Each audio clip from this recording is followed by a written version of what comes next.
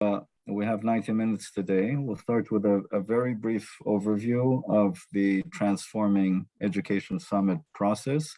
Not everyone is necessarily at the same level of information. And if I could ask you all to also keep your mics on mute, unless you're coming in for a contribution and to share your thoughts. So what we would like to do in this 90-minute session, a brief overview of the Transforming Education Summit process. I am here with a number of colleagues from Greece and Singapore, which are the country co-leads, from the EdTech Hub as expert stakeholder co-lead, and a number of colleagues from UN agencies, UNICEF, also the World Bank, ITU, UNHCR, and UN Women. So we have been working together to put together the discussion paper. The discussion paper will be presented briefly by Greece and Singapore. And what we want to focus on today is really on the recommendations section of the discussion paper. And that's why the third item for our session today, and that's where we will spend the most time, is to really get your input, your suggestions, your thoughts on the recommendations in this revised draft that you have seen on the TIF website. Again, just to underline the importance of this session today, it is an ongoing process. So we do have this session for consultation, but we will, in our last agenda item, quickly also outline the ways in which you can continue to contribute both to the improvement, enrichment of the discussion paper, but also to the process through sharing some of your experiences. So just on the first point, the overview of the Transforming Education Summit process, very briefly from me. The summit is set in New York at the time of the UN General Assembly on the 19th of September. It is at the level of heads of state. The summit was announced already in the report of the UN Secretary General last September, the report entitled Our Common Agenda. And that Our Common Agenda was an invitation to look towards the 2030 development goals and our collective commitments toward them and beyond. And Our Common Agenda did suggest a framing around a new social contract. Specifically in reference to education, it did announce already the report of the International Commission on the Futures of Education and the idea for a new social contract for education, a new social contract with a set of foundational principles, directions of change, directions of transformation, but also a new social contract in terms of new relationships, new roles between all actors involved in education. And we know that education as a collective responsibility is dependent on the contribution of all in our various spheres and spaces of action. The summit then is really looking not only to redynamize education after the impact of the COVID disruption over the last 2 years, but also to look more fundamentally, longer term, looking to the past and looking to the future at some of the more systemic issues that may be barriers to ensuring the right to quality education for all children, youth, and adults.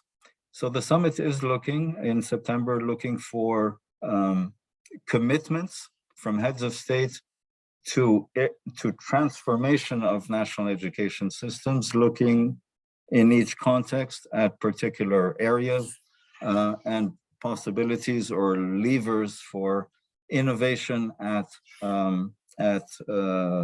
scale. That's the summit on the 19th of September.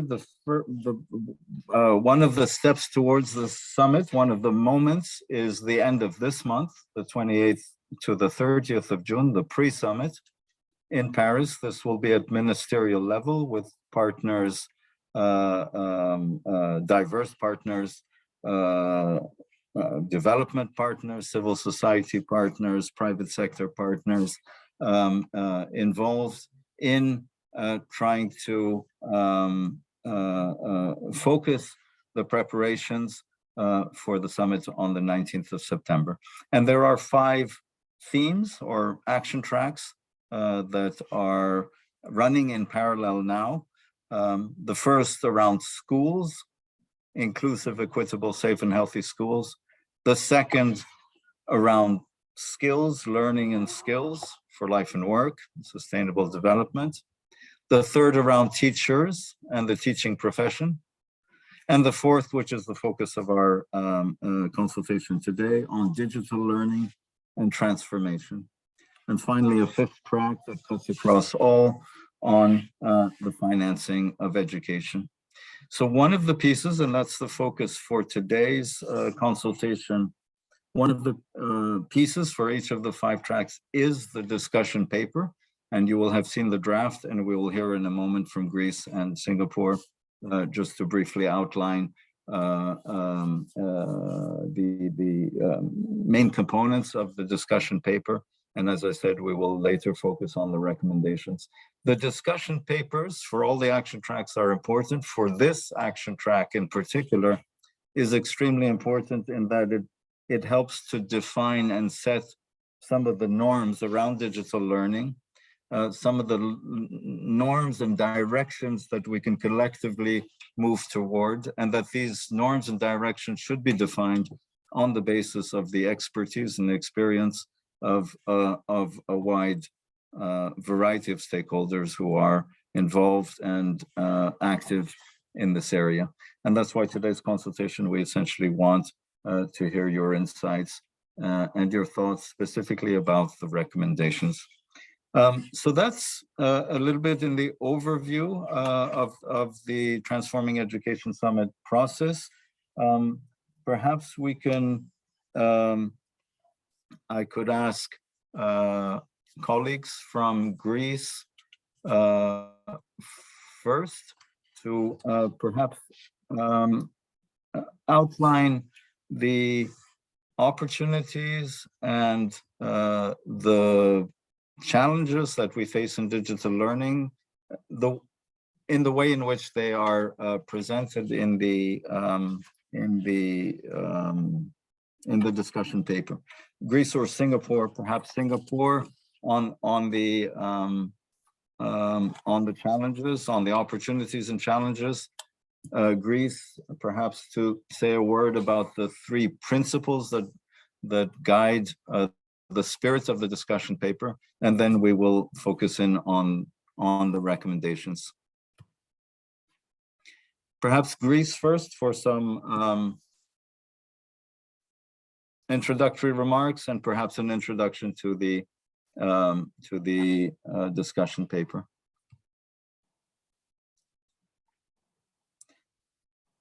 Hello, thank you very much for your presentation. Hello from Greece. We are from the Ministry of Education of Greece, and along with Singapore, we are the 2 countries who co-lead the Action Track 4 regarding digital learning and transformation. So I would like to thank all of you for being here to our call regarding consultations on Action Track 4, Digital Learning Transformation. We have already formulated a discussion paper, a concept note, which includes the basic concept note, opportunities and challenges, principles and recommendations, as well as initiatives. And on these areas, we want your feedbacks, your contributions, your valuable comments in order to co-formulate the discussion paper regarding action track for digital learning and transformation. Our main aim, our main goal is we think that the digital learning and transformation action tracks, the main aim is to illuminate, is to declare how technology can play a role as part of larger systemic efforts, and in terms of making more inclusive, equitable, effective, relevant, and sustainable education. These are the main aims, the main principles of this specific action track regarding digital learning and transformation.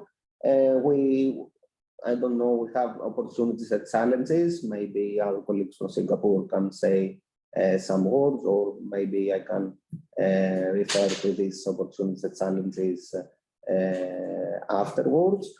So I would like to point out the three main principles regarding a new course for digital learning, which is charting a new course for digital learning. Thank you very much. These three principles are referred to center the most marginalized to ensure inclusive access to digital learning and opportunities for all. We don't want to left no one behind. So inclusion is a key, is a main priority for this discussion paper. Principle 2 is to expand investments in free, public, high quality digital learning, and that means that we have to be to have this inclusive dimension, and regarding this specific principle, and that can be benefit all students, teachers, parents, and educational institutions. And the third principle is to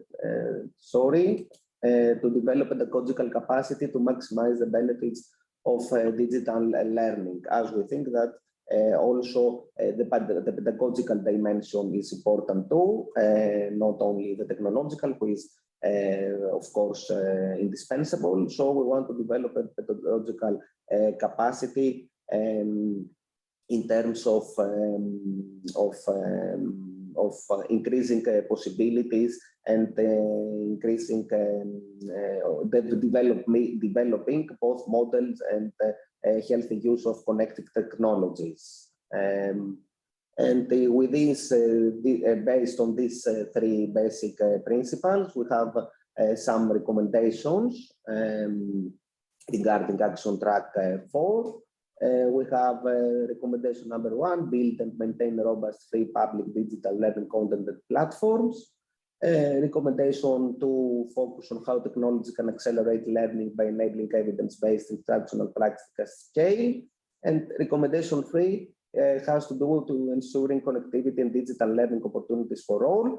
And all these 3 recommendations have a general recommendation, a general interest in protecting learners and educators. Regarding within that context, and based on the 3 principles and 3 recommendations, we want and the synergies with other action tracks, as we think that synergies with other action tracks are important too. We want your valuable comments and contributions regarding, and not only the principles and the recommendations, but also initiatives, best practices, and things like that. Thank you very much. Thank you very much for that. We will be looking more specifically in a moment at the recommendations. As I said at the outset, really for this consultation, we would really like to get feedback on the recommendations. So we will be looking at each of them carefully, taking the time and inviting you to come in. But before doing that, over to colleagues from Singapore who are co-leading together with Greece on this action track on digital learning and transformation. Over to you. Thank you, Sobi. Good morning, good afternoon, good evening. I'm Siu Hong Wong. I'm an advisor to the Ministry of Education in Singapore. I'd like to also welcome all of you to this public consultation session and look forward to hearing your professional views regarding this very important subject. My co-host, Greece, has done a very good job in summarizing our discussion paper, and I shan't repeat them, except to give due emphasis to a very important point about capacity building of our students in terms of learning how to learn digitally, and more importantly, really upping the capacity of our teachers to be able to deploy education technology to the advantages of the students, because technology cannot replace the teachers. In fact, technology is here to amplify what the teachers can do. And indeed, we are of the similar belief, like all of you here, I believe, in this session, that technology has got the potential and has got great possibilities in transforming education in ways that we have never seen before. The question, of course, that confronts us as put forward in this discussion is how do we get to all our students, to enable them to have access to high quality digital learning resources? And how do we help and support our teachers to have the kind of pedagogical skills to be able to support, facilitate the digital learning on the part of the students? And all this, of course, will require connectivity, will require possession of devices in the hands of the students. And in that respect, when digital learning becomes pervasive, there's always, and of course, the concern about the well-being of our students and of our teachers that we need to watch out for. So I just wanted to take the opportunity to add on to what Greece has shared in a very good summary, and to just emphasize the point about the capacity of our students and teachers in this very important movement forward. Thank you.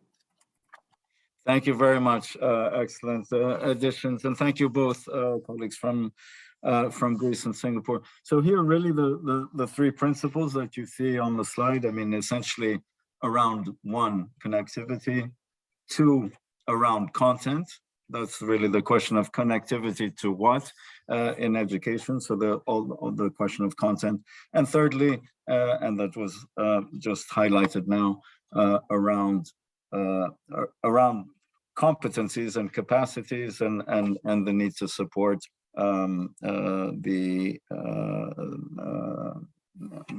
the capacities of teachers.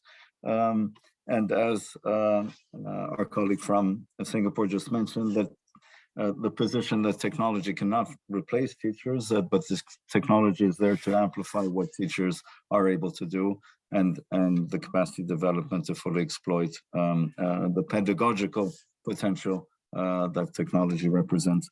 Just to say that there also resonance with some of the ideas outlined in the report on the futures of education.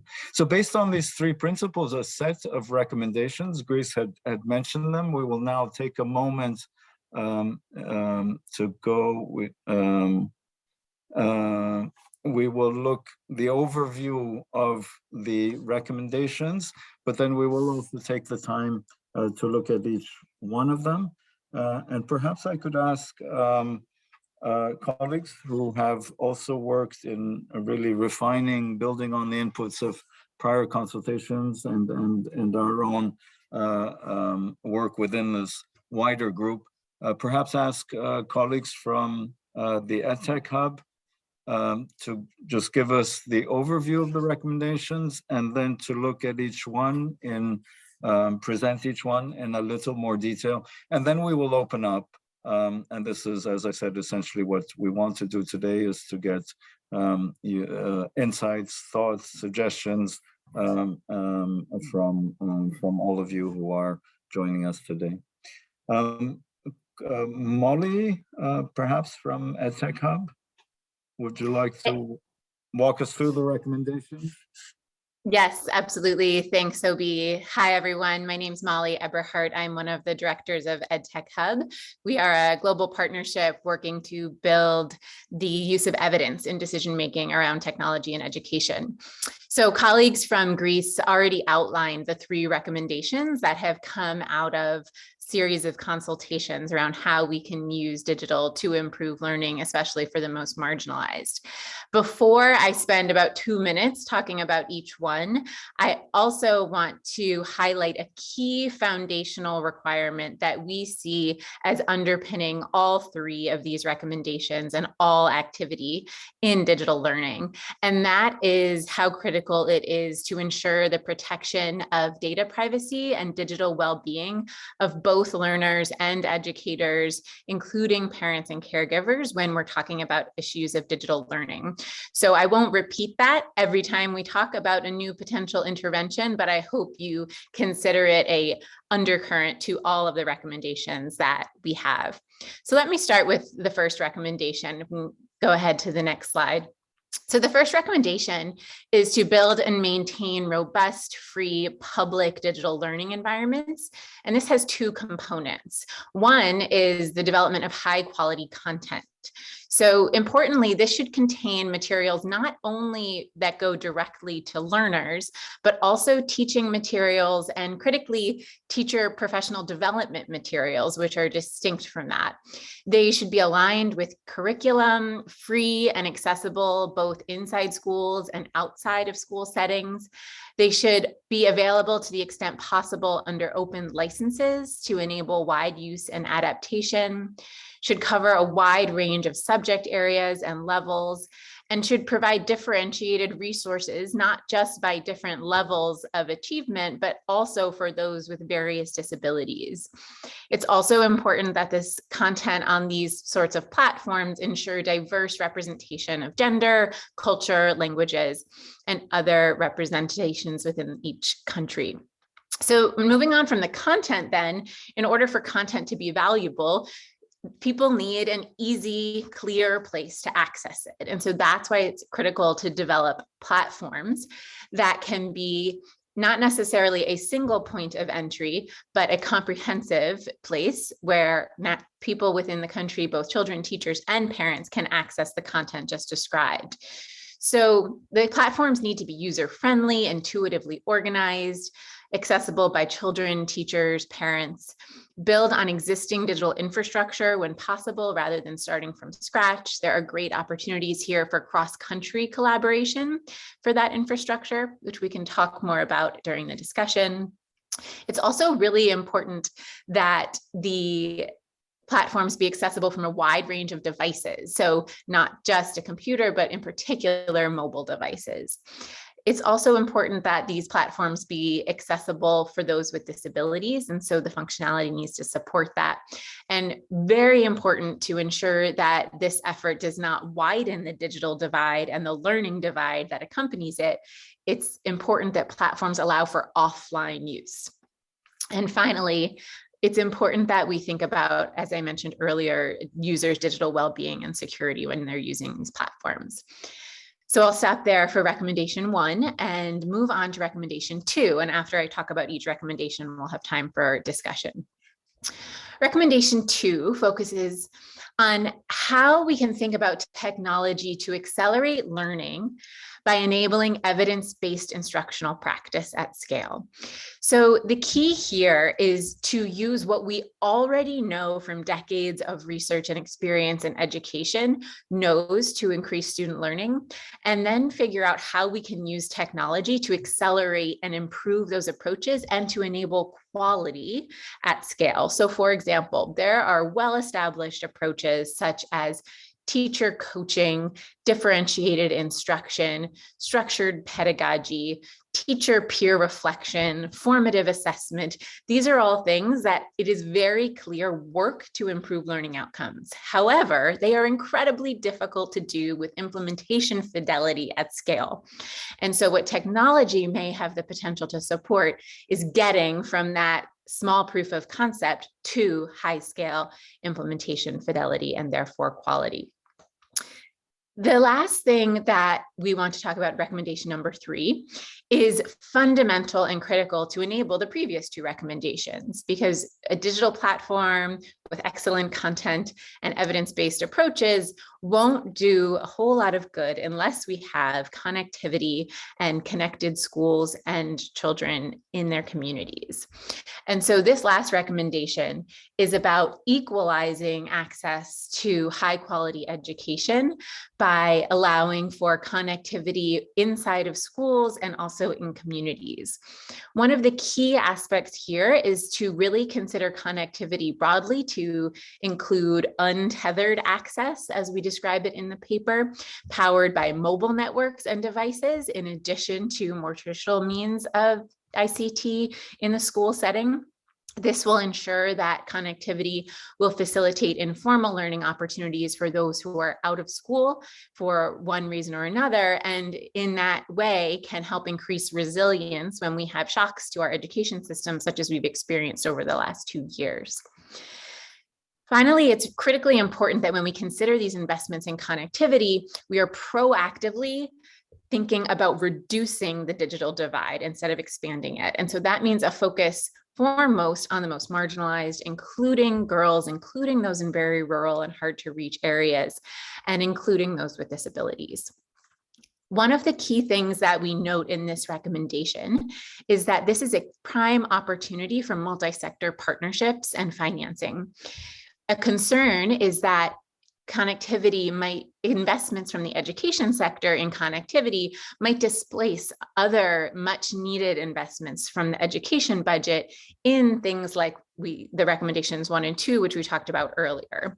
And so it's important that we think about financing for connectivity and infrastructure from the perspective of partnerships that can support entire communities and the society at large, and not displace other limited education investment. I'll stop there and look forward to the conversation on these 3 recommendations. Back to you, Sobi. Excellent. Thank you. Thank you, Molly.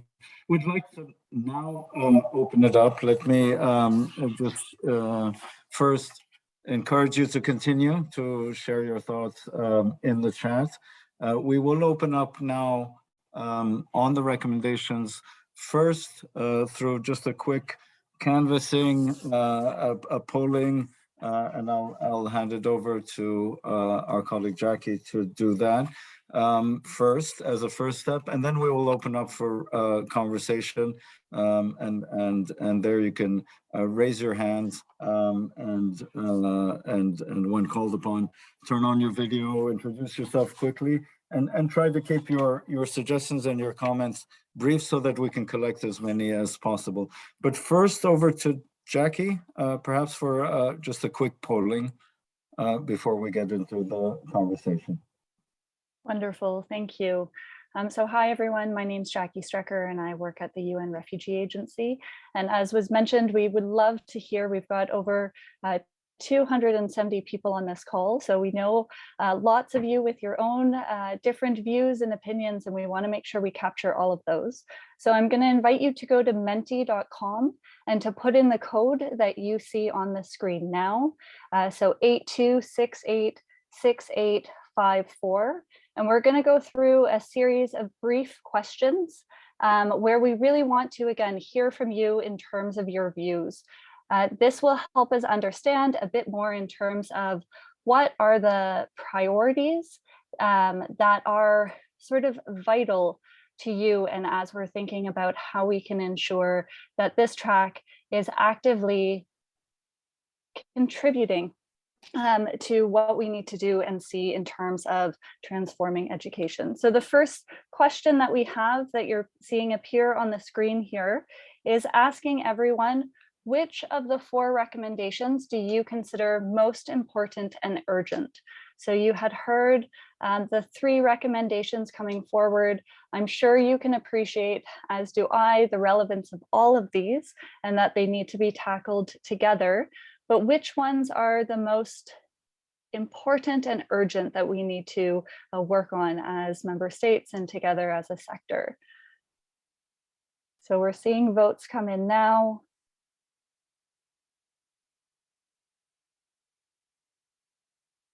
Wonderful. So a slight leaning at the moment towards public digital learning environments.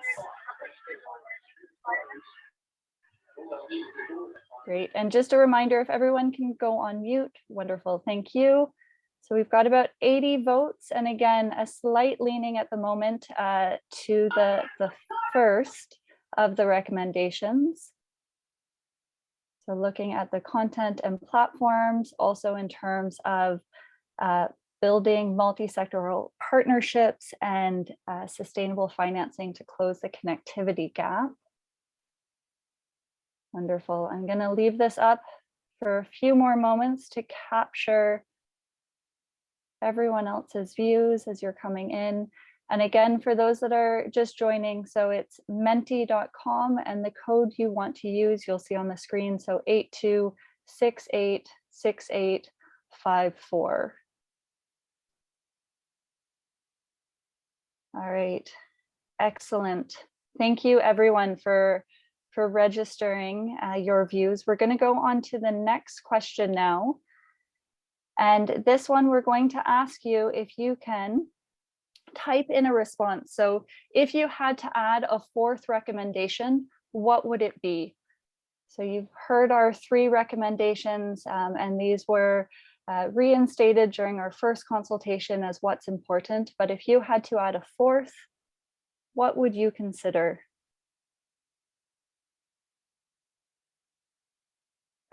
So giving everyone a little bit of time to reflect.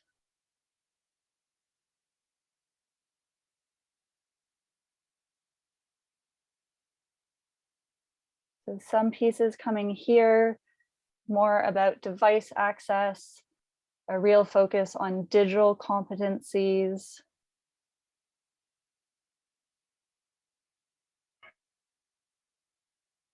Perfect. Pieces around ethical technology, AI, building robust assessments and evaluation tools.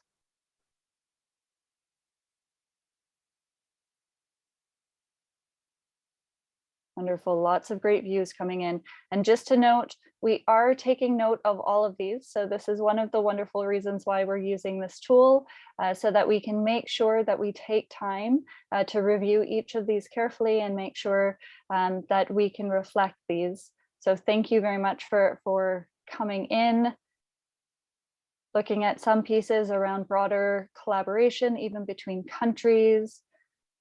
Again, some things that we're seeing that are emphasized within the first recommendations, but maybe to spell out more in terms of internet and remote locations, looking at broader teacher training, pieces around employability with digital learning here.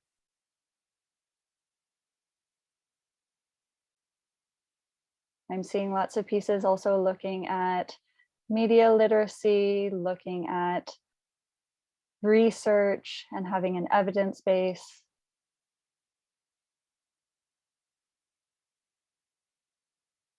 Wonderful, perfect. So keep adding those in, and as we noted, we will make sure that we take note of each and every one of these. I think some really strong suggestions kind of coming in here. Wonderful. I'm going to give one more moment. Jackie, this is Tom Kay from the EdTech Hub. We've just had a question from Morna in the chat. Are we going to be able to share the results from the Mentimeter in some format at some stage? Absolutely. So I think that's a great idea.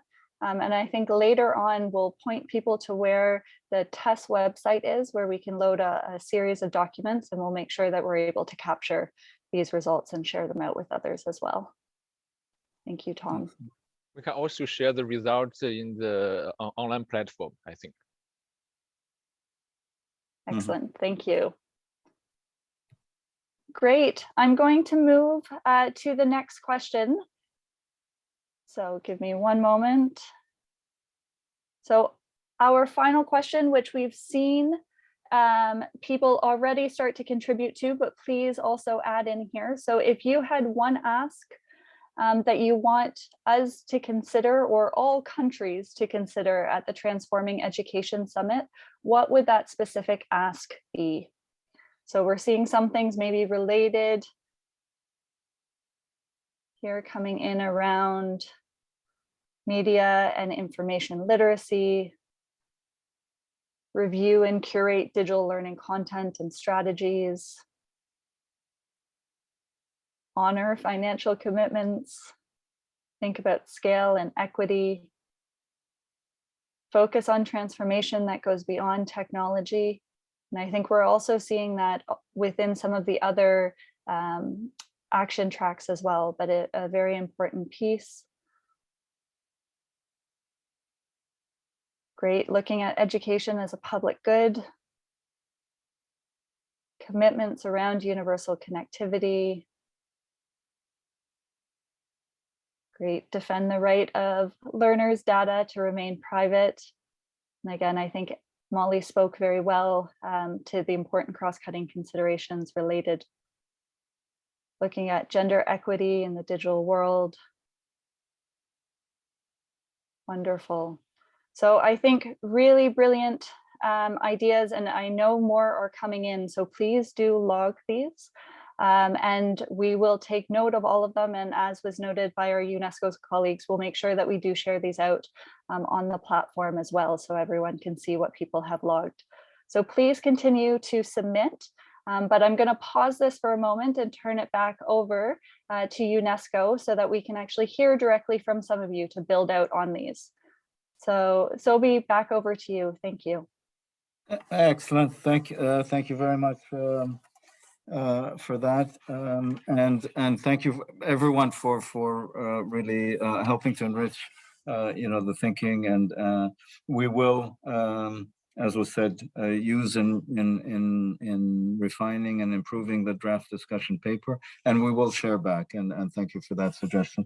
But now is the opportunity to come in and perhaps articulate those ideas a little more directly, or other thoughts. And I have a list. I first had Rima Malik. I'm not sure if I don't see the hand up anymore, but if you're there, Claire Maguire, Mario Franco, Sanjaya Mishra, Yuri Benari, Kirsten Van Gaam, and Lucia Delangelo. So if, and je vous rappelle aussi. And let me remind you again,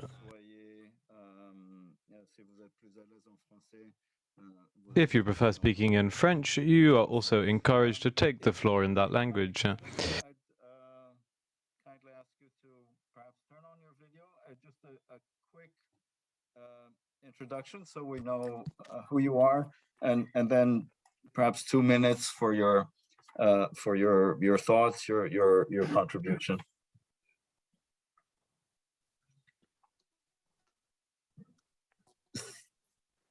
Since I don't see the hand up anymore. Thank you. Sorry, I cannot there. turn on my video.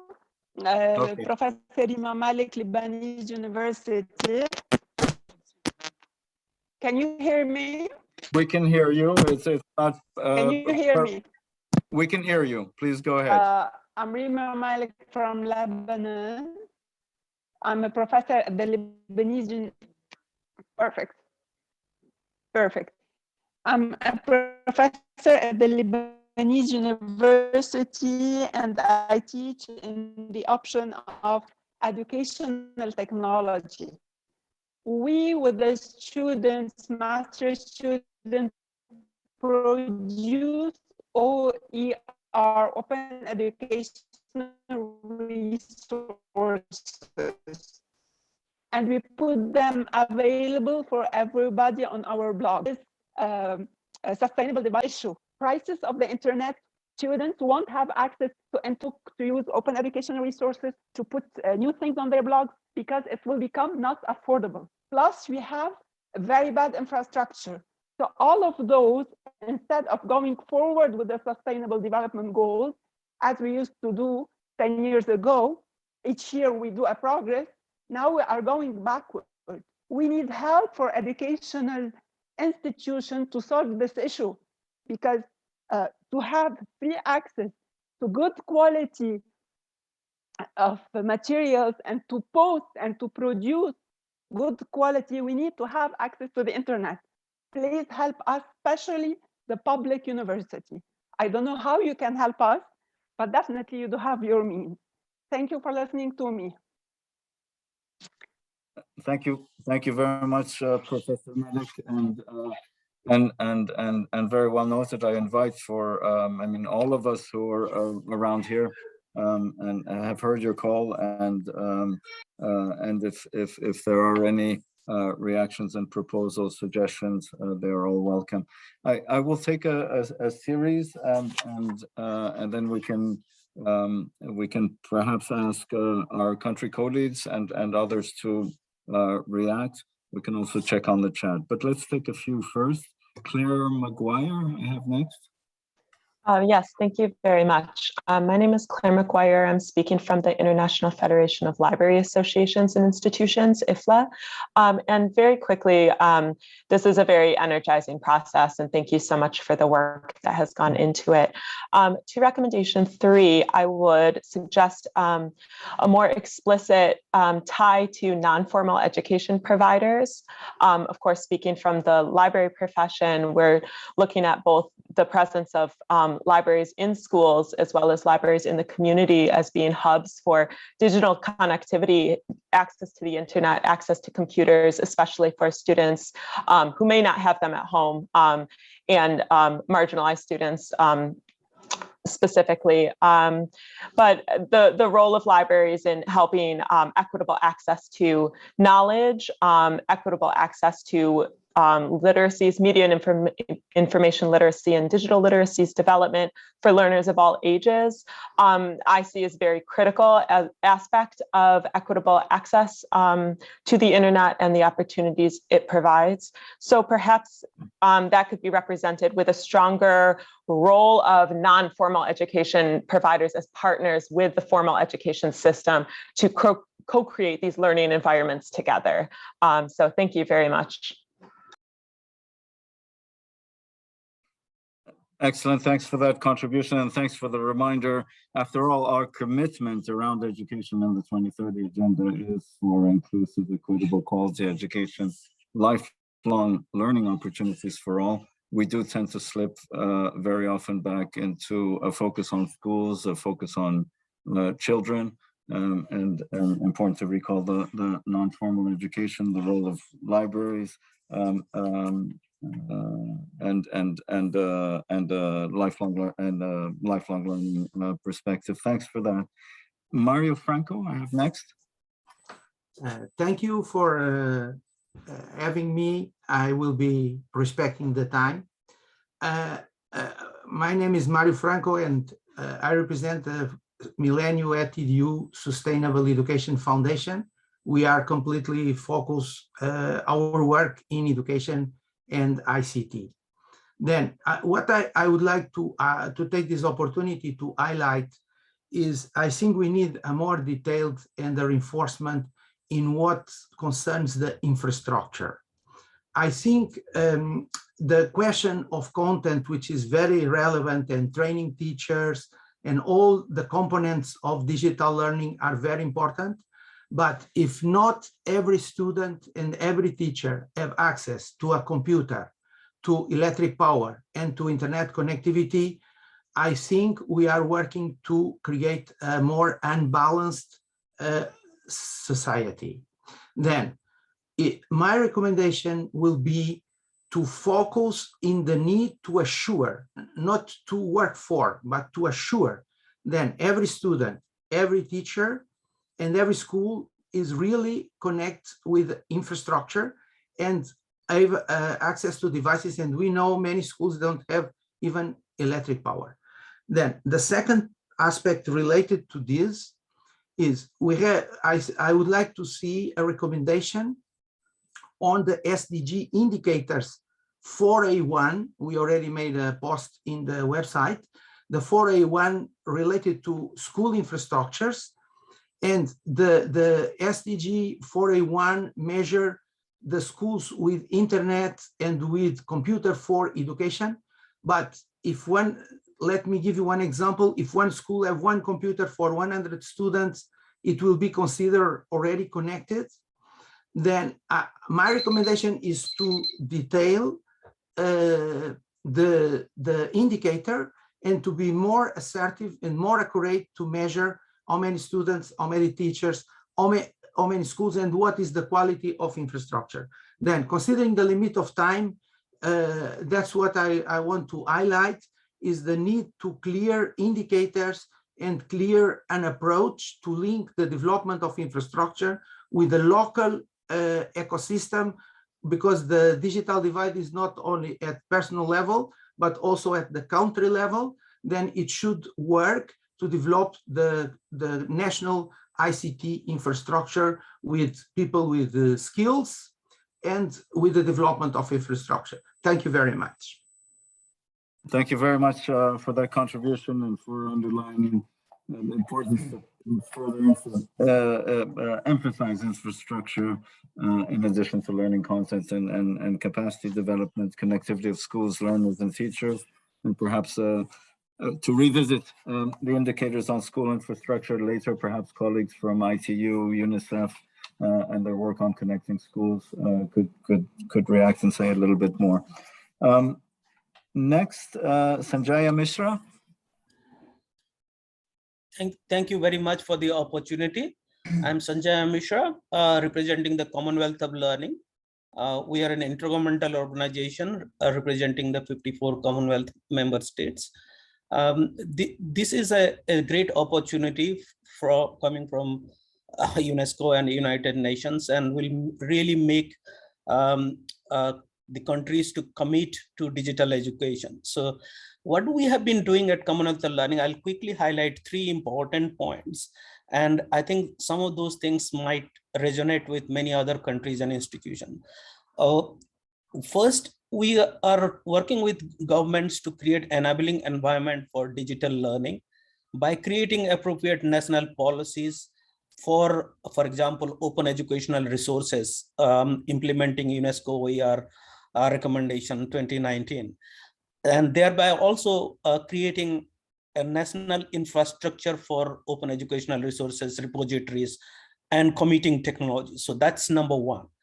Number 2, we are helping institutions to implement technology-enabled learning systematically by developing local appropriate policies and strategies, build capacities of teachers and students, and also use technology within the context of the subject domain and pedagogical knowledge that is required. And the third most important part is that COL is also developing and offering new platforms, digital open platforms, where training can be done at a scale, because we cannot continue to train people in face-to-face mode for digital learning. We need to create digital infrastructure to train people on digital technologies for teaching and learning. We have 2 platforms. One is called Commonwealth Digital Education Leadership Training in Action, which is for students and teachers and practitioners to enable them to understand digital education, which is more than digital literacy itself. And the second important is that we have a platform called Call Commons, which is a just-in-time learning platform for teachers and educators, where they can learn and get short certificates and badges, which they can share with others. But more important is to skill quickly wherever they want to learn something without going for long-term training. So it's just in time, they learn it and they apply it. So we need to, the important aspect is to create a holistic approach to implement digital learning, and that should be our focus. We have enough evidence-based research on these areas that COL has been doing, and we would be happy to share some of those things. I'll share the links for those 2 platforms for more people to make use of those platforms. I thank you for this opportunity and looking forward to more. Yeah, thank you very much. Thank you for sharing that. From the perspective of the Commonwealth of Learning and the call for more holistic approach. Let me take perhaps 2 more. I've noted everyone who's raised their hands, but maybe Yuri Ben-Mari first, and then Kirsten Van Gaam, and then perhaps ask some of the colleagues here from the EdTech Hub, from the UN agencies, and our leads, our country leads, Singapore and Greece, if they would like to react before we take on a few more. Yuri Ben-Ari first. Yes, thank you very much. My name is Yuri Ben-Ari. I'm the president and founder of Athena Fund, that is a non-profit organization I initiated about 14 years ago to empower the teachers in my country, in Israel. I came from the high-tech industry, and I was, surprised that the teachers do not have computers. And I've decided that every teacher in my country should have a computer, a mobile computer, personal computer, and we have been doing it for the last 14 years. And we have given tens of thousands of teachers computers, and we have proven during the Corona times that how much these computers are essential. I didn't come only for the technology. I think that we have to think about the status of teachers. I think that we have to empower the teachers and the status of the teachers, and to give them all the respect they deserve. And we have done it by providing them with computers, but I think the major goal is to empower them, and because they are leading our children, and it's not enough only to give an infrastructure or content, because they have to use this content with mobile computers or personal computers, because they work not only in the school, but also out of the school. I think that we shouldn't only look at those places that do not have electricity and do not have connectivity, because there are many countries with electricity, with connectivity, but with disrespect to teachers, and the governments do not give them the basic tools that they need. So I think before we think about only content, because there are a lot of content, but we have to concentrate in supplying teachers with computers and empower them and respect them. Thank you very much. Thank you very much for that, Yuri. And the importance of teachers and the capacity development we have had, but the empowerment, and I think you raised an important point that it's beyond that, it's also the status of teachers. And just to recall that in the 5 thematic tracks of the Transforming Education Summit, we also have to ensure there are obvious linkages, and we have to make them. One obvious one between the digital learning and transformation track is the other thematic track working on teachers. But appreciate that addition on going beyond issues of capacity development and empowerment of teachers, but also the question of status. Let me invite Kirsten Van Gaam, and then maybe we pause a little bit for a bit of a conversation, maybe asking some of the thematic track partners to react or engage with those ideas before going on. But Kirsten Van Gaam first. Yes, thank you. So my name is Kirsten Van Gaam. I work with the European Commission, Sdg Indicators. And so I will probably reiterate some of the remarks that were already made about the fact that we should also look at teachers and devices, as was made in the last remark, because it is the third recommendation is focusing a lot on connectivity, and yes, connectivity, and then secondly, devices are an important precondition. But if we end there, we will not increase inclusion, equity, and quality, which is our end goal. So I think in that sense, we should also highlight the importance of digital competences and the importance of adopting a 360 approach, like we have done in the EU with the DigiComp.org framework, for example. So therefore, we think it's also important that schools and ministries are supported to rethink their educational approaches on how they can use digital technologies in a strategic way rather than haphazard or smaller scale way as we've been doing until now. Largely redesign your curricula also to allow students to become digital citizens, because it's beyond going from using digital technologies for teaching, but also making sure that everyone can participate in digital society and digital economy. and therefore also being able to close the digital divide beyond the access question solely. So I think that's very important. And then finally, in terms of learning content, I think it's something is still missing a bit in the recommendation, is the fact that digital technologies should also be leveraged to improve learning outcomes. So really see how can we use virtual reality, for example, how can we use gamification to encourage active and interactive learning and not just digitize the learning environments, or for example, scanning the books that we have already, because that's not really making full use of the potential of digital technologies, taking into account, of course, the ecosystems we're working in. And then with regards to the recommendation on research and evidence-driven policymaking, we would suggest a focus on inclusion, not just on how can we have effective pedagogical practices, but also how can we increase evidence on what to do through digital learning to ensure inclusion. So this would be our remarks. Thank you.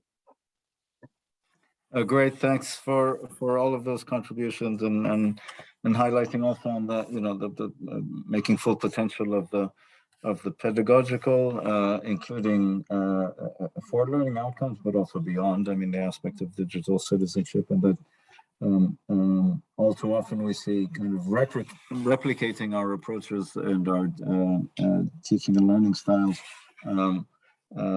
You know, in the digital space where there is great potential to be innovating and rethinking our methods, you know, for stronger, improved learning outcomes and beyond. I would just like to open just a moment in case this might be a good moment to colleagues from Singapore and from Greece. Both who are leading this track in terms of member states, country co-leads, and perhaps to others in this group from the EdTech Hub or from the UN agencies.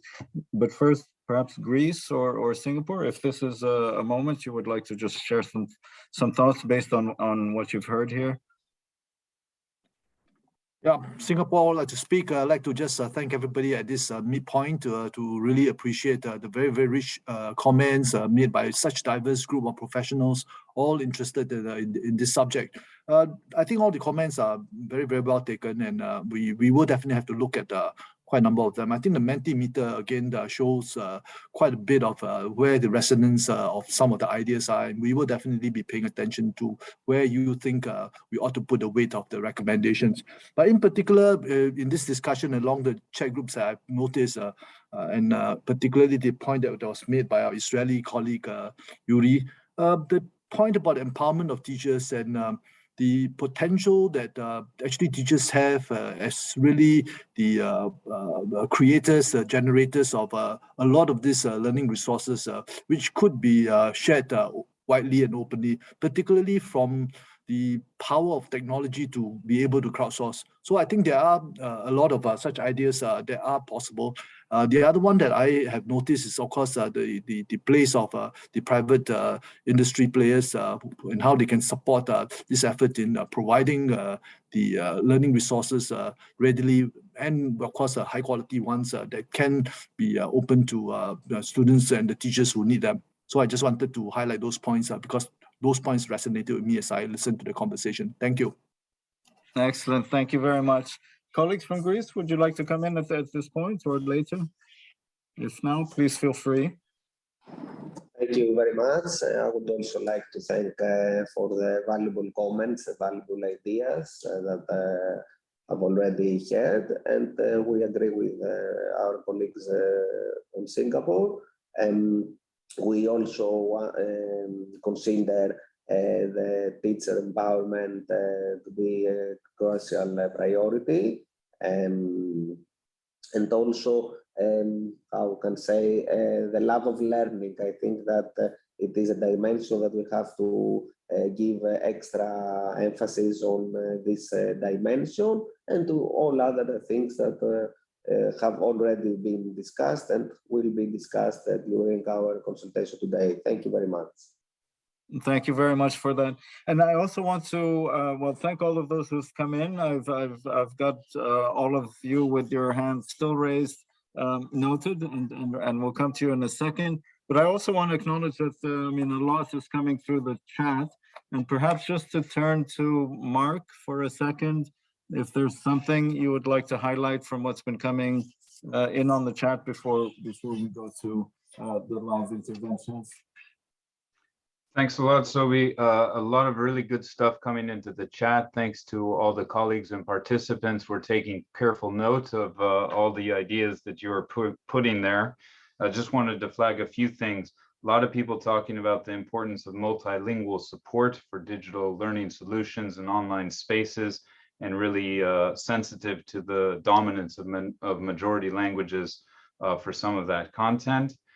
We've heard a lot of comments sort of saying that, well, all of this sounds good in theory. The basic infrastructure is often terrible at the level of countries. A lot of people agreeing with the early comments made by Rama in Lebanon, and saying that we really need to focus on building up the sort of very basics before we move into the kind of content side.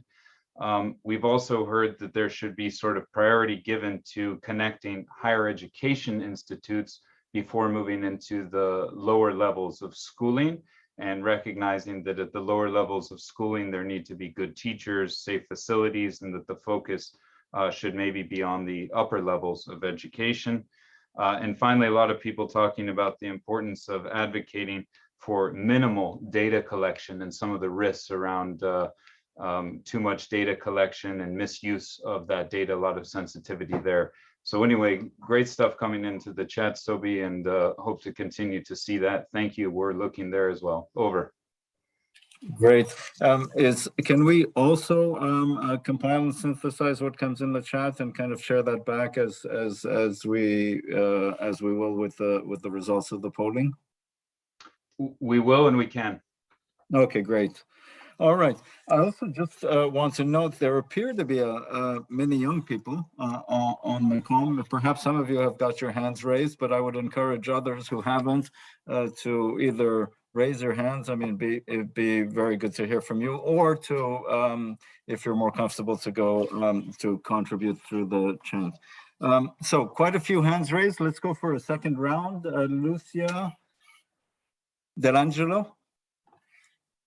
Hello, everyone. I would like to raise 2 points. One is very similar to Mario Franco, because I think in order to ensure equity, we should develop a global definition and parameters of the minimum conditions necessary to offer quality digital education. Otherwise, we may widen the gap, both in terms of learning opportunities, what kind of learning opportunities students are accessing, but also in the development of digital skills. I think we don't want to develop different classes of citizens when we talk about digital skills. So we should be able to recommend governments and national organizations to provide the minimum conditions of digital learning. And we have, of course, to define that and have very clear parameters of what that is. And my second point is that is something that I have been worried for a long time. I think it's necessary to deepen the discussion on the development of national platforms for quality for digital education. For example, right now, and we should think about the participation of the private sector in building those platforms. Right now in Brazil, Google Classroom is the main platform used by all schools. And of course, there are serious implications for having all schools connected and using a private platform, educational platform. So I think it's very important to deepen the discussions and to make more clear orientation and guidelines about the national platforms for learning. Sorry, I didn't introduce myself. I'm Lucia Delangelo. I'm the head of the Center of Innovation for Brazilian Education in São Paulo, Brazil. Thank you. Excellent. Thank you very much for that. And call for developing minimal standards for quality digital education, but also for national platforms, and the question of how private partners can be involved in helping to build national education platforms, digital education platform. Annie Ning, next. Thank you. I'm Annie. I'm from International Society for Technology in Education, and we focus on teachers' capacity building, professional development. I'm the director of Asia Affair. First, I want to thank you for all of the recommendation, because I feel we really put teacher at the center of everything. And I just feel when I see those three recommendations, there's one question in my mind, like, how can we motivate people? How can we motivate teachers to choose the great resources from the platform we are going to build? And how can we motivate EdTech providers to provide, and also professional development providers to provide the best resource they have, rather than some of the things they are offering for free, or some of the old version stuff that they can't offer for free. Because we know the reality is that some of the great resources, they're offering it in the price. And how can we motivate the EdTech providers to provide the best to the platform? And also, how can we motivate the government to take actions to motivate teachers, to motivate the EdTech providers in their country to join this effort? So that makes me think about, rather than giving everything for free, can we provide a token, like for example, like 100 virtual coin to teachers using the platform we are gonna build, so that teacher they have a voice, just like what UNESCO is doing. Like, you hear from us. I think it's important that we also hear from teachers and we provide them the choice.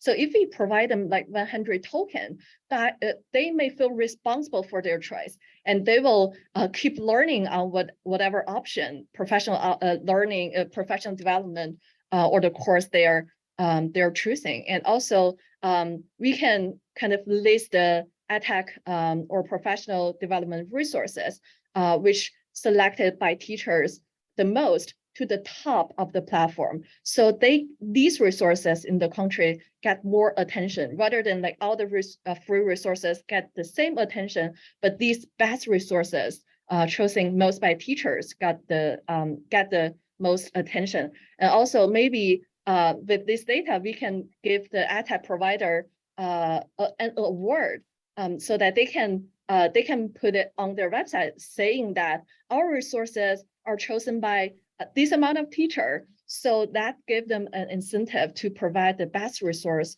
to the platform. So yeah, that's some of my thoughts. Thanks for giving me the opportunity to share. Yeah, no, thanks very much. And on the essential question of how to motivate or incentivize teachers to, but also you were saying providers and some suggestions there. No, thank you very much for that. We've got a number of people. If we can try to keep to the 2 minutes, and so that we can have another kind of round of reaction or conversation. So next, Irene Andriopoulos. Yes. Hello, everyone. I'm Irene Andriopoulos. I'm the Co-Secretary General of UNESCO Media and Information Literacy Alliance International Steering Committee. Congratulations for the excellent initiative. As I have already commented on chat, it is important to focus on principle number 2 about free and quality, high quality digital education content. Because content is everywhere today, and children and students are in front of a screen all of the time, so they have to be well trained to have a critical mind towards all the information chaos they come across every day, in order to be better equipped and well informed to deal with information chaos. It is very important, though, to reskill students and upskill their critical skills, and they should be coupled with critical digital literacy skills. And in this way, they will be inoculated against all pathogenic phenomenon of disinformation, of fake news. It is very important because students themselves are also the users of social media platforms. So we have to focus on providing them with high quality content, online content, and educate them how to discern good from bad information, good content from content that is driven with the other interests behind. Thank you. Thanks, very well noted. Kurake Potong, if you'd like to share your thoughts. Might that be me? So hi, well, I'll speak anyway. Thank you for the opportunity. So I'm Kurake Potong. I work with the Digital Futures Commission, and one of our work looks at beneficial uses of education data. And so we hear, my heart bleeds for the schools, because they're ones teachers want to do good by students, and they are swamped by number of edtechs available to use in different content. So we're looking at a very fragmented market, but very little accountability from the providers themselves, and to actually expect schools to hold them accountable in terms of data protection and privacy, and how the data processed from children is being used to then reshape the curriculum.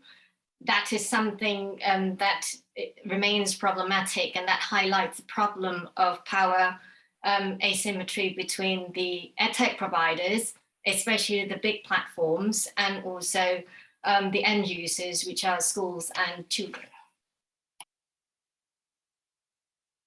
Thanks for that important point. We've got a number of people, and we've got just a little over 15 minutes left. We do want just a few reactions, and I want to pass it on also to our colleagues from EdTech Hub, from UNICEF, and perhaps others, and outlining also the next steps and possibilities for further engagement. But I have next Eric Schneider.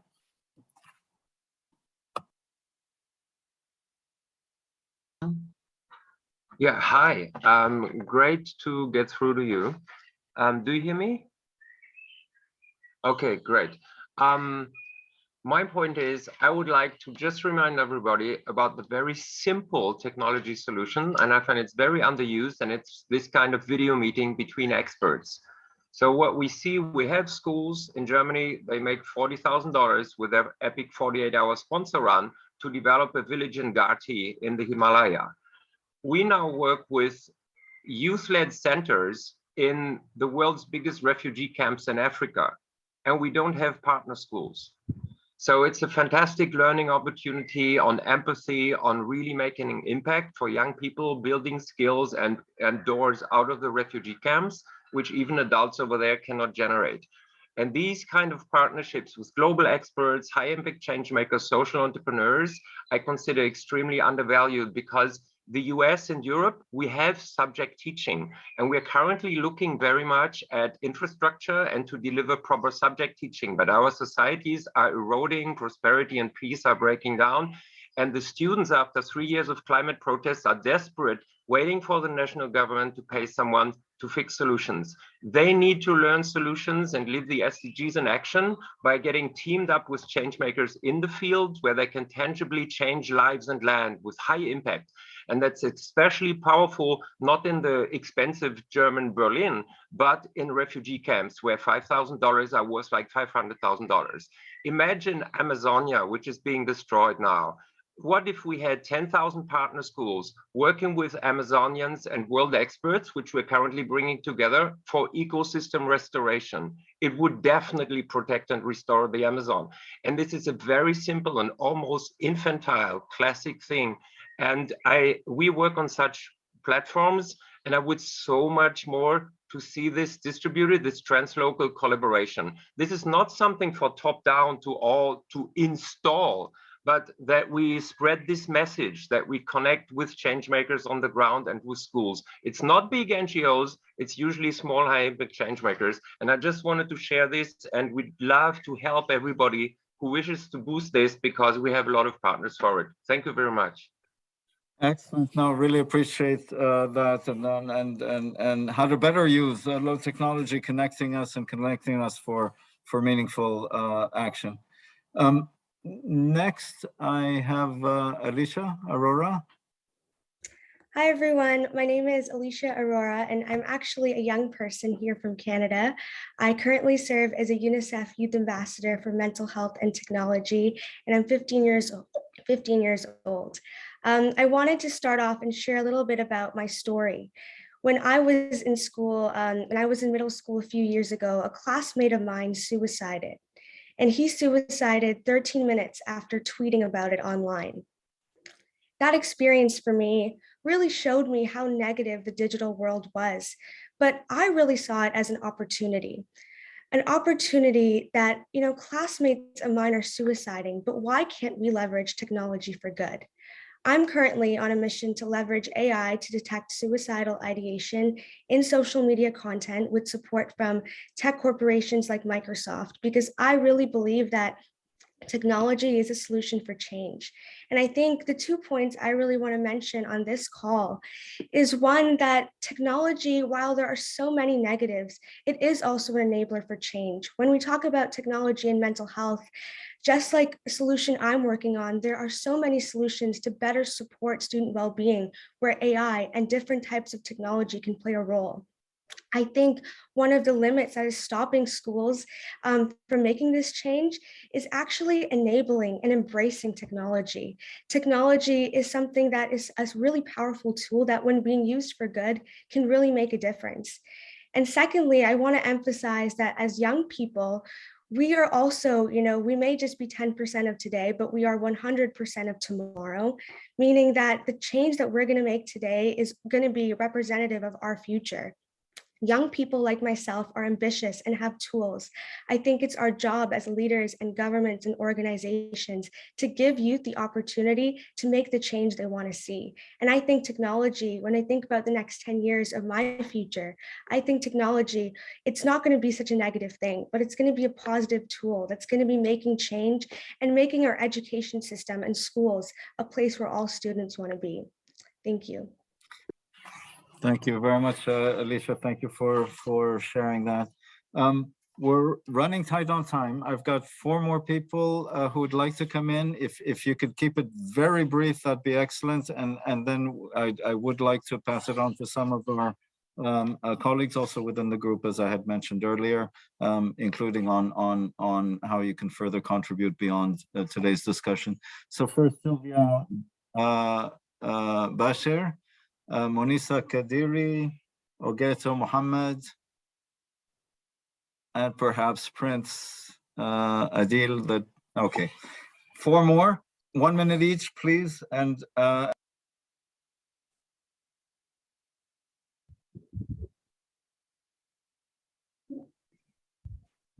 good afternoon. Hello, good day from Nigeria. Yes. Hello.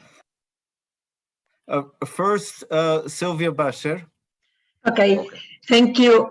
Thank you very much. My name is Sylvia Bashir. I'm the director of the NGO, the Other Voices Communication for Democracy. We are part of the UNESCO Media and Literacy Alliance, and it's really a pleasure to be here. I would like to talk about the power of media and information literacy to enable learning through technology in and outside school, because it's not only the formal system, the one that can change the paradigm. I and all the Alliance are convinced that it's not only the formal system, but all the society. Let's say about the experience of media in literacy and information cities is a program promoted by Alton Grisel that work with all the society as a space of media information literacy. And I think the school alone is not able, is too much responsibility for teachers alone to make the change. We can't live alone teachers at school. We need to make a commitment with all the society. And I would like to bring again this Mill City experience. Just 1 minute. Thank you very much, and thank you. Recalling the importance of looking beyond schools and beyond formal education. Monisa Kadiri. Yeah, hi everyone. I think it's really important to be speaking about the topic that we're discussing today. I am a media educator. I teach at a university in India, and the fact is that in a middle income or even poorer countries, the inequalities of opportunities and digital divide exists at a great level, and a large percentage of students belonging to maybe going to school or universities, they do not really have access to IT infrastructure or even books for that matter. At times they will have one phone at home, and they were forced to kind of take classes at during the pandemic.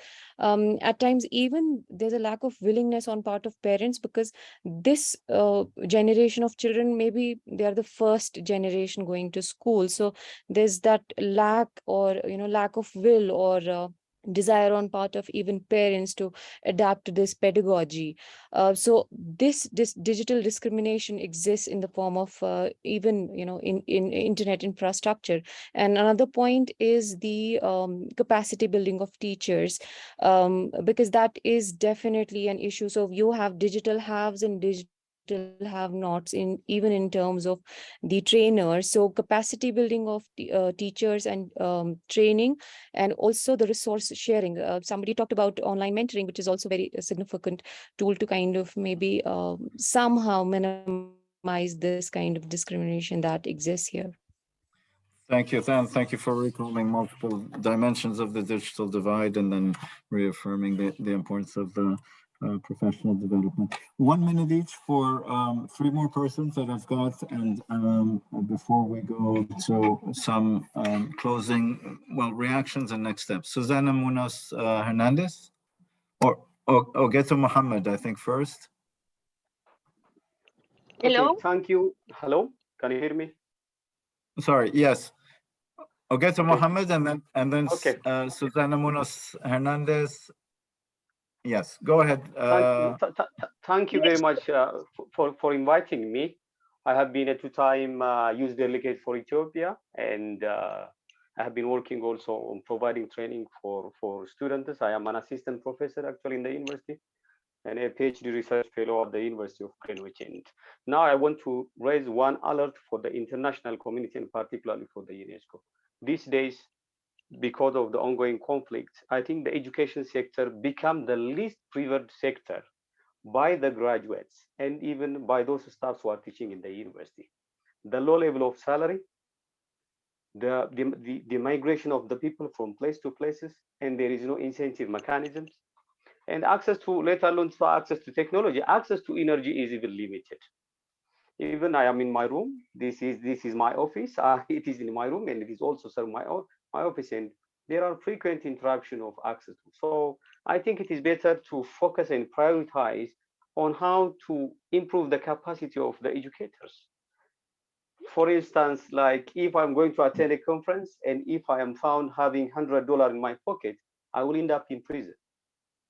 This is so disturbing. So there are no targeted interventions in order to enhance the capacity of the educators, but that doesn't necessarily mean that we have to forget about inclusiveness and transforming, digitalizing the education. Now I am 36. I am almost excluded from different meetings to be invited because for the youth conference now I hopefully as a trainer or I will be invited in another aspect. But Ethiopia needs special attention because it is the second populous country in Africa. But now the education sector is declining and many schools are closed because of the ongoing conflict. Thank you very much. Thank you for bringing in that reality. 1 minute each, Susana Munoz Hernandez, and then Prince Adil, and then I'd like to give also the floor to our colleagues from the Tech Hub, from UNICEF. So 1 minute each, really short, please. Okay, thank you very much. I'm Susana Muñoz Hernández. I'm professor at the Technical University of Madrid, director of Tech People Care. We are experts in digital literacy, and I would like to point the urgency of universal digital literacy, not only included, as it is already said, in the formal education, but also available for the whole population, because now not only in developing countries, also European countries, everywhere, senior people is excluded from digital life. So it's urgent digital literacy, universal for everybody. But what I would like to finish saying is that if we want something different, we want digital literacy be universal, we cannot continue doing the same. That is training a group of people with one professor, because it's not scalable, it's not sustainable. That is why it is where we focus our research. I've written in the chat, Tech People Care, techpeople.care. It's a methodology for universal digital literacy and this opportunity of innovation to make the change. I think that it's important to obtain different results. Thank you. Thank you very much. And lastly, Prince Adil. Thank you very much, sir, for the opportunity. My name is Prince Adile Eric Adile. I'm in Abuja, Nigeria. My last brother for the insight that he already provided his own country as the second largest populated nation in Africa, and while my own is Nigeria is the populated country in Africa.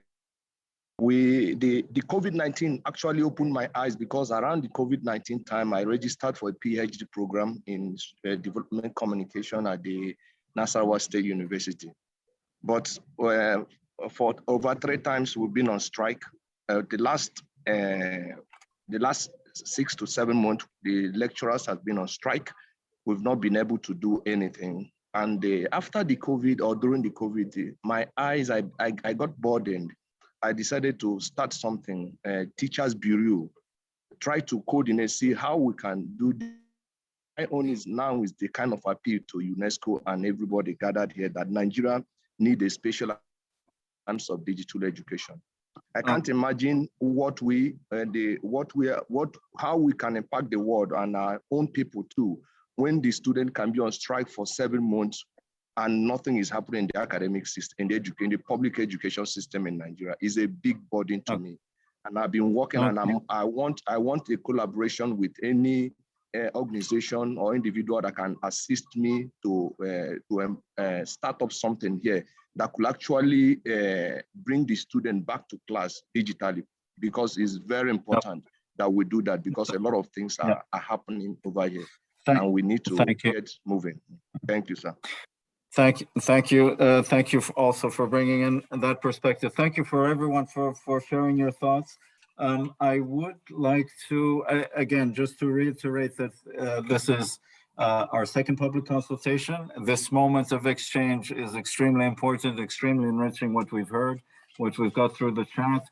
But it is only this is just a moment in the process, and you are invited to continue sharing your thoughts on the online platform, on the discussion the online discussion forum.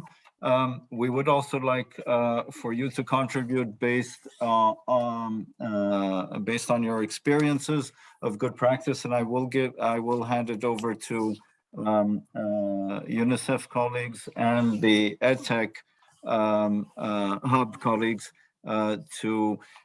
to react to what they've heard, but also to outline what we have proposed as some of the criteria for the good practice that you may want to share also online on the same site.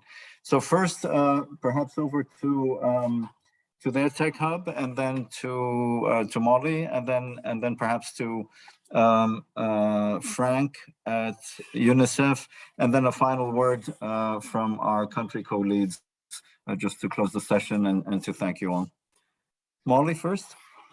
Thanks, Sobi. I'll just make two quick reactions and then pass it to UNICEF to talk about the good practices collection.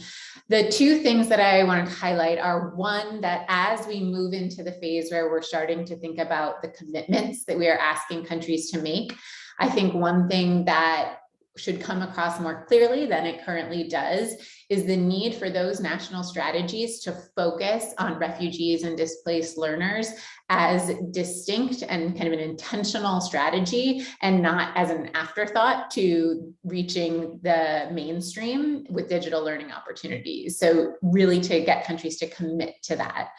The second thing underpins all of the areas we've talked about today, and there were a few comments about this in the chat, but I think is also really critical. And that is that we have been talking about the potential of technology.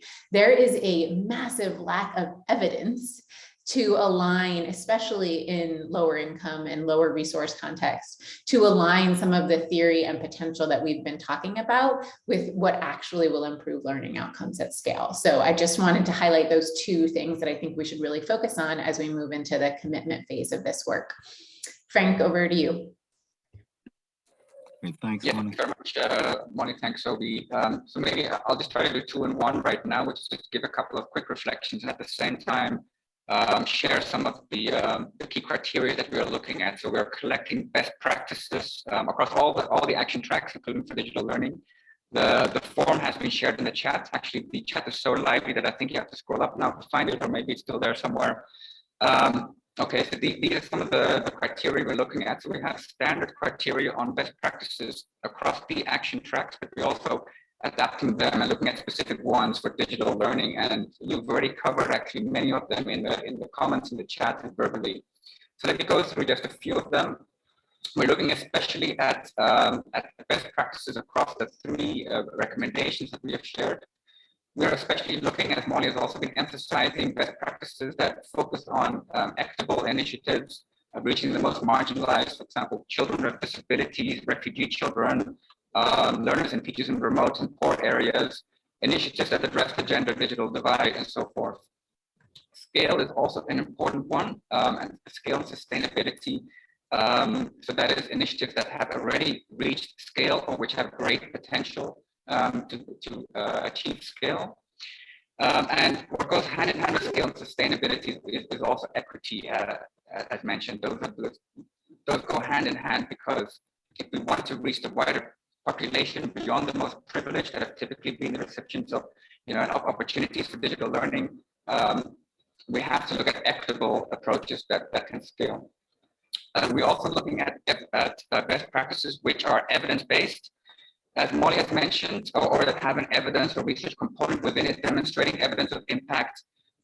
So this is absolutely critical. So as Molly was sharing earlier, we have far too little evidence on what works, mainly in low income and resource poor context. And if there are initiatives that demonstrate that, fantastic, please share them.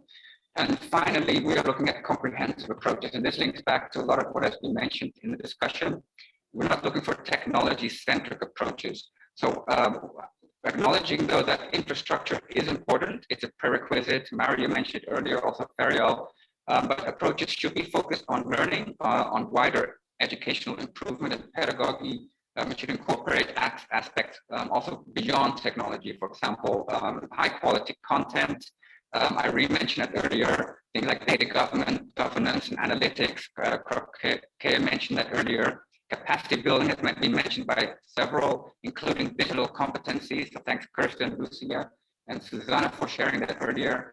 And also inclusion of the different stakeholders. Of course, teachers will generally play a central role in this. Yuri and Annie had mentioned that the critical role of teachers earlier, and we have especially seen during COVID that teachers have often not been sufficiently considered and supported and empowered in the COVID response. So this is something that we really need to reconsider and look at more in future digital learning initiatives. Another criteria is across the spectrum of different stakeholders, so that includes teachers, but also school leaders, also perhaps parents, as Vanessa has mentioned. And finally, we are not just focusing exclusively on school settings. We would love to see examples also from other types of settings, such as emergency contexts, initiatives for out-of-school children, maybe non-formal education settings, as Claire mentioned earlier.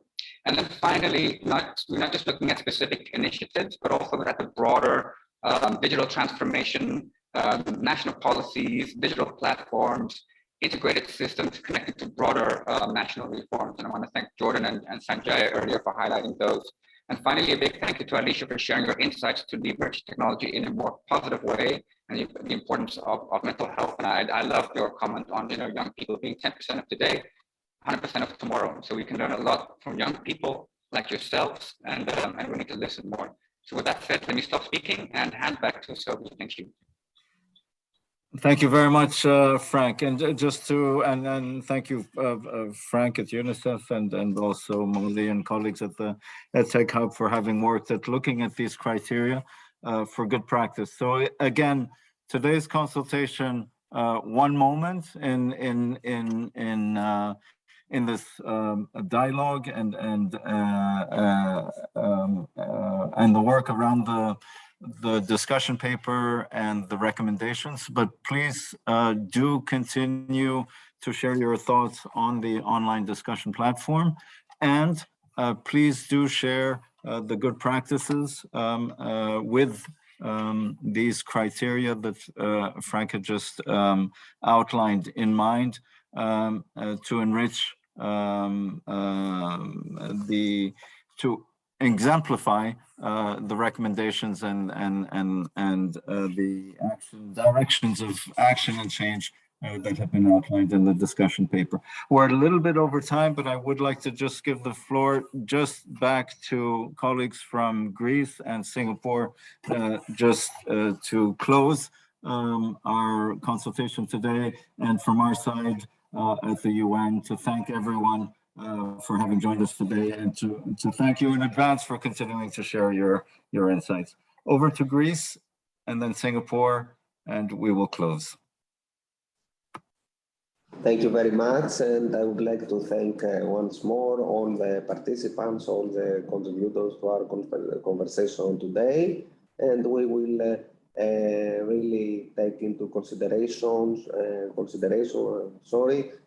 both the co-lead countries and their organizations and stakeholders responsible for Action Track 4. We'll take seriously into consideration all your comments and all your contributions. Thank you very much once again. Right, thank you, everybody, as well. On top of all the rich comments that we have heard, I want to say also that we also heard some very good sharing of good practices. Therefore, I'd like to support very, very ardently Sobi's as well as Frank's pitch for all of you who have got knowledge of some of these good practices to share them with us as well, because this sharing of good practices will exemplify, will enrich, and will concretize the recommendations that we are putting up for discussion. So please entreat all of us to try and support this sharing of best practices as well. Because closely related to that is actually the idea of community of practice that we have got to, in this effort, promote and support and advocate. Because it is through the community of good practices, the community of practice, whether at the system level, at the policy level, between policymakers, or at the level of school managers, or even teachers. I think in particular the teachers, once they can come together as a community of practice, I think there is a lot of potential to make digital learning much, much more widespread. So thank you very much, everybody, once again. Really appreciate all your presence and your comments and your contribution. Thank you. Thank you all. This brings us to a close, and thank you for this excellent moment of sharing and collective intelligence. And thank you to the interpreters and for your patience in going a little over time. Thank you. Bye-bye. Thank you very much. Bye-bye, everybody. Thank you once again. Ciao. Thank you. Bye-bye. Thank you so much. Bye-bye. Thank you, everyone. Bye-bye. Bye-bye. Thank you, everyone.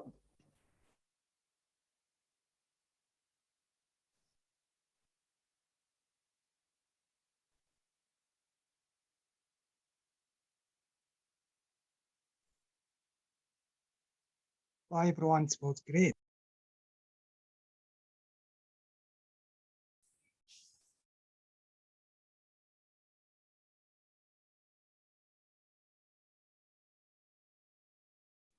Merci beaucoup.